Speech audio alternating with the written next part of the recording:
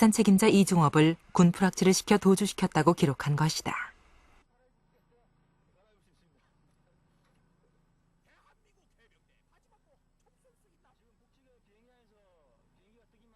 그 부분에서 우리가 또 주목해야 할 건 김수임의 그러니까 일반적으로 그렇게 알려져 있었고 또 나중에 오제도나 혹은 여러 반공 서적들에 김수임 얘기가 나올 때 남로당 군사부 책인 이중업의 월북을 방조했다 하는 얘기가 반드시 들어 있습니다. 그런데 제가 알기로는 이중업은 체포되었다가 이중업이라는 신원이 밝혀지지 않은 상태에서 이 검찰 측에서 이제 어찌 보면 실수겠죠. 어찌 보면 그 실수를 내줬는데 그런 부분들을 어떻게 이제 이중업은 일단 탈출한 것이고 그것을 반공적인 시각에서 좀 포장을 한다고나 할까요? 그래서 김수임 사건과 무리하게 연결을 지으려고 했었던 것 같아요. 아마도 처음에 수사를 발표하고 여론몰이를 해 나갈 때 그 당시에는 김수임과 연결지었다가 아마 그게 이중업 사건까지를 김수임한테 연결 지으려고 하다 보니까 너무 무리가 따라서 기소 단계에서는 빠진 부분이 아닌가 저는 그렇게 추측을 합니다만. 물증 부분에도 의혹이 있다. 오제도는 자신의 회고록에서 김수임의 집에서 권총 세 자루에 실탄 180발이 나왔다고 기록했다. 그러나 당시 검찰이 제출한 권총은 증거물 채택이 보류된다. 기소 내용과 관련이 없는 권총이란 변호인의 이의 제기를 군 법무사가 받아들인 것이다. 그러나 그거 하는데 총이 직접 관계 있는 것 같지는 않고 하여튼 미군 대령하고 동거하면서 남편의 권총이다. 동거한 증거는 되지 않겠어요? 예. 동거한 증거로. 예. 그랬던 것 같아요. 잘. 예. 그럼 그 당시에 그냥 서로 어쩌면 그냥 공산당 자기네 세포 조직 명부 그런 거 있었으면 썩 좋은 증거라고 해서 내가 채택을 안 할 리가 없는데 그런 거 안 한 거 보면 별거 아니던 거 아닌가. 그런 물적 증거가 풍부하던 것 같지는 않고 다만 이제 그때는 또 피고인의 요새 말씀이 많이 나와가지고서 피고인의 자백만 가지고서는 증거하면 안 된다 그러지만은 피고인의 자백이면 증거의 왕이 됐거든요. 그때는. 예. 김수임 사건을 수사한 오제도.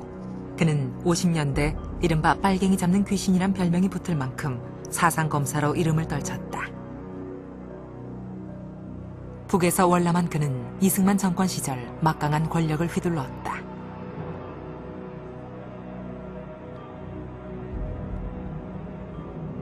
후에 군 내부의 알력으로 암살당한 당시 특무대장 김창룡도 김수임의 수사를 지휘했다. 그 당시 김수임이가 수사본부에서 서대문 형무소로 넘어갈 때는요, 대단히 죄송합니다만은 걸어갈 수가 없었습니다. 밤에 리어카에 실어가지고 가져갔어요. 왜 그러느냐? 장모 수사관이 그냥 수사하는 도중에 고문을 했어요. 도저히 여자로서는 생각할 수 없는 대로 그냥 의사가 맨날 들락거렸어. 근데 의사가 들락거리면 어떤 치료를 하느냐? 빨간약이나 좀 발라주고 가재로 좀 덮어준 정도지 전혀 할 수 없고 걸을 수가 없었습니다. 예. 그렇게 고문을 했다는 걸 어떻게? 수사관이 그 당시 수사관이 저한테 일러줬죠. 고문에 의해 김수임이 어쩔 수 없이 허위 사실을 자백했을 가능성. 그것은 베어드 파일에서도 확인된다. 김수임으로부터 자백을 받는 과정에서 힘이 사용됐는지에 대한 증거는 없지만 여러 목격자들의 증언으로 봤을 때 이 문제에 대한 조사가 필요하다. 비록 그녀가 자발적으로 자백한 것이라고 해도 자신의 목숨을 구하거나 최소한 일시적으로 죽음을 늦추기 위해 자백했을 가능성이 있다. 한국에서는 정부에 대한 범죄 용의자에게 자백을 받아내기 위해 가혹한 고문을 했다는 목격담을 들었다.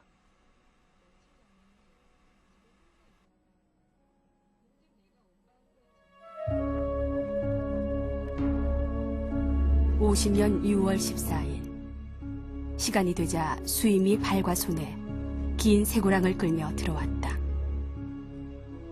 나는 아찔하며 가슴이 내려앉았다. 조치하여 수임의 얼굴 표정은 검은 빛에 눌리었고 눈동자는 흐릿한 채 방향을 모르고 있다.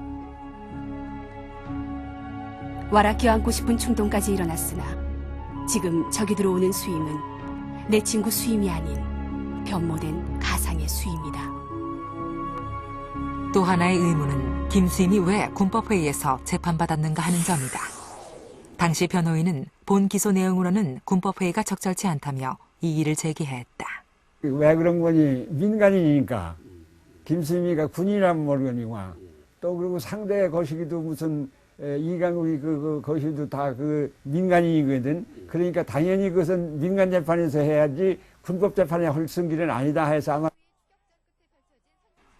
그러나 당시 재판부는 김수임의 행위가 간첩죄에 해당한다며 국방경비법을 적용했다. 국방경비법은 전시가 아니어도 민간 검찰의 요구가 있을 시 간첩죄의 경우 민간인도 군법회의에 회부할 수 있도록 규정하고 있다.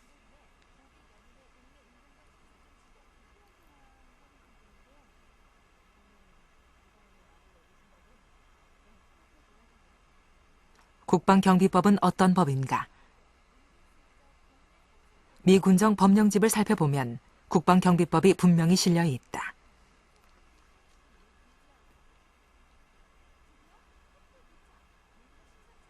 그러나 공포일이 48년 7월 5일로 기록된 국방경비법은 호수가 미상이다.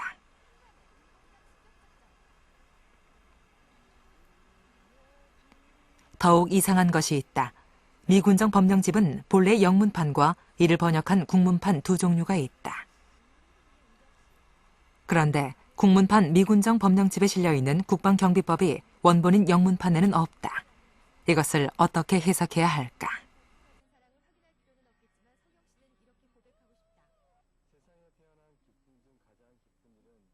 이게 하여튼 뭐 수십만 명을 그걸로 이제 처벌한 걸로 기록에 나와 있는데, 그러면 이제 모든 사람들이 다 그 법은 당연하겠건 이렇게 생각하는데, 실제로 그 법이라는 게 48년 7월 5일 날 이제 그 공포에서 8월 4일부터 적용되도록 돼 있는데, 실제로 보면 그 법을 공포한 그 흔적이 아무데도 없어요. 원래 법이라고 하면 공포를 해야 되는데, 왜냐하면 공포하지 않으면 국민들이 모르거든요. 죄형 법정주의라는 거는 죄는 이거고 거기에 대한 형벌은 요거다라고 하는 것을 널리 알려놓고 그게 어긋났을 때 처벌하는 건데, 어디 공포된 흔적이 전혀 없어요. 그러면 이건 헌법에서 말하는 법 제정 절차에 어긋나기 때문에 법으로서 볼 수가 없고요. 국방경비법은 미군 정기에 조선 국방경비대가 군대로 발전할 것을 대비해 군형법으로 준비한 법률이었다. 그러나 미군정 하에서는 정식 군대가 발족할 수 없었던 탓에 법으로 공포되지 못한다. 그 대한민국 그 정부가 수립되고 그 국군이 만들어졌습니다. 그리고 여순 반란 사건, 4.3 사건과 여순 반란 사건이 그 일어났는데, 그렇게 되니까 이제 군 관련자들을 처벌을 해야 하는데, 그러니까 법이 없으면 민간법을 적용을 해야 하는데, 그 여러 가지 이제 그 곤란한 점도 있고, 그 다음에 민간법을 적용할 경우에는 3심제를 따라야 하는데, 그 당시에 그 대한민국 정부가 감당하기 힘들 정도로 좌익 사건 연루자들이 많이 나오는 실정에서 민간인들을 단심으로